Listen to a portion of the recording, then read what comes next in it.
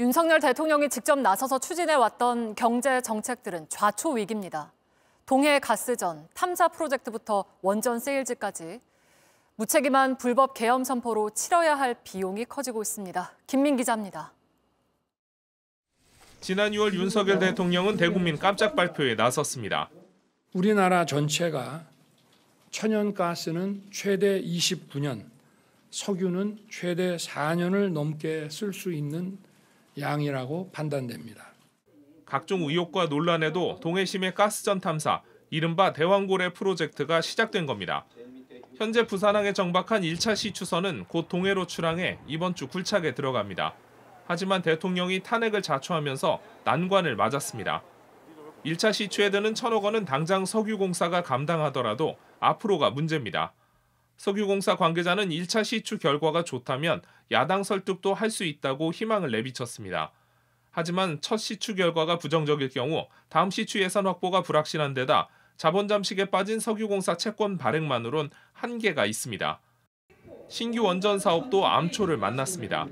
탄핵 가결 직후 담화에서도 윤 대통령은 원전을 자신의 지적으로 내세웠습니다.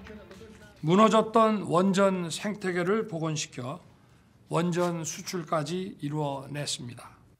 현재 진행 중인 체코 원전 본계약은 내년 3월쯤 예정대로 진행될 걸로 보이지만 대규모 사업 특성상 대통령이 직접 나서야 하는 추가 원전 수주 계약은 차질이 불가피합니다. 신규 원전과 소형 모듈 원자로 SMR 건설 계획도 무산될 가능성이 큽니다. 객관성이 담보되지 않고 국민과 야당을 설득하는 것을 할 수 없는 걸 무리하게 밀어붙였다는 측면에서 궁극적으로 대통령의 잘못이고 책임이라고 봐야겠죠. 그 밖에도 산업계 지원을 위한 반도체 특별법과 전력망 특별법 등도 미뤄지는 분위기인데 최상목 경제부총리는 오늘 경제관계 장관회의를 열고 국회를 설득하겠다고 강조했습니다. JTBC 김민희입니다. 네, 어제 탄핵안이 가결된 직후 여러분의 연말이 좀 더 행복하길 바란다는 우원식 국회의장의 마지막 발언이 회자되고 있습니다.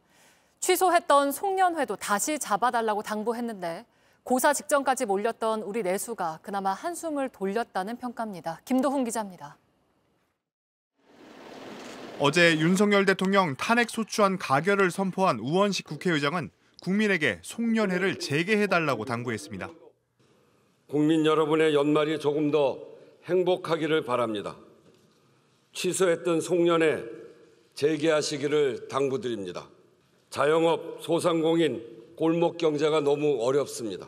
한치 앞도 보이지 않던 정치 불확실성이 사라지면서 고사 직전까지 갔던 소상공인들은 그나마 희망을 품어봅니다.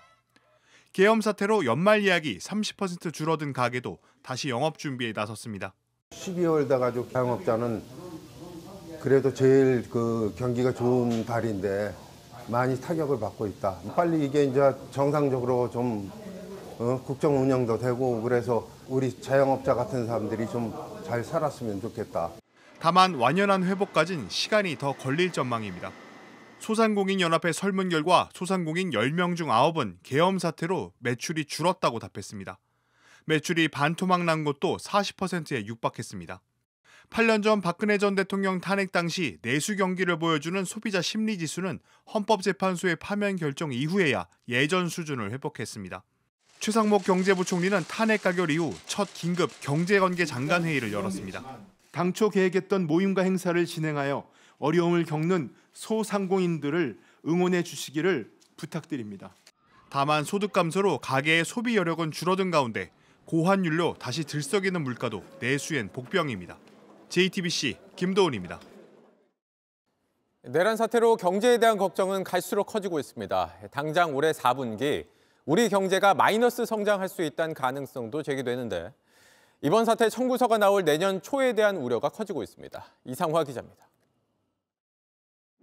탄핵 정국이 길어지면서 연말 식당 예약이 뚝 끊겼습니다. 없어요.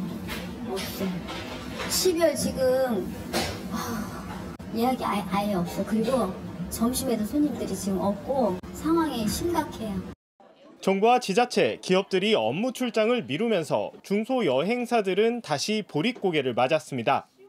두 번 나가야 되는데 한 번으로 줄이거나 아니면 그냥 안 나가는 쪽으로 정리를 하거나. 시국이 이러니까 보수적이 되는 거예요. 공무원 취소, 군인 취소. 이건 뭐 100%고.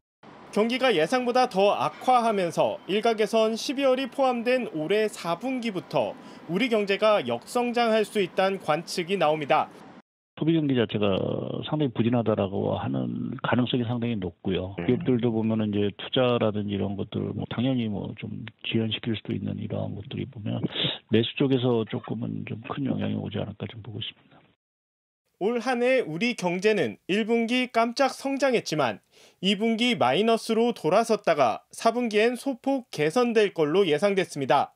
한국은행도 올해 2.2% 성장률을 전망했지만 2%를 지키기도 어려워진 겁니다. 내년은 더 문제입니다.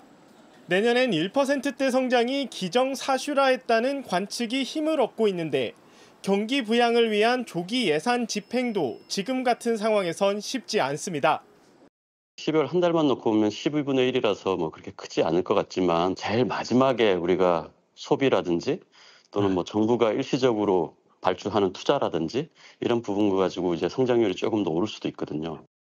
원달러 환율 급등을 방어해주는 외환 보유액이 급감할 가능성도 제기되는 가운데 내년에 받아들 탄핵 청구서를 두고 벌써부터 우려가 커지고 있습니다.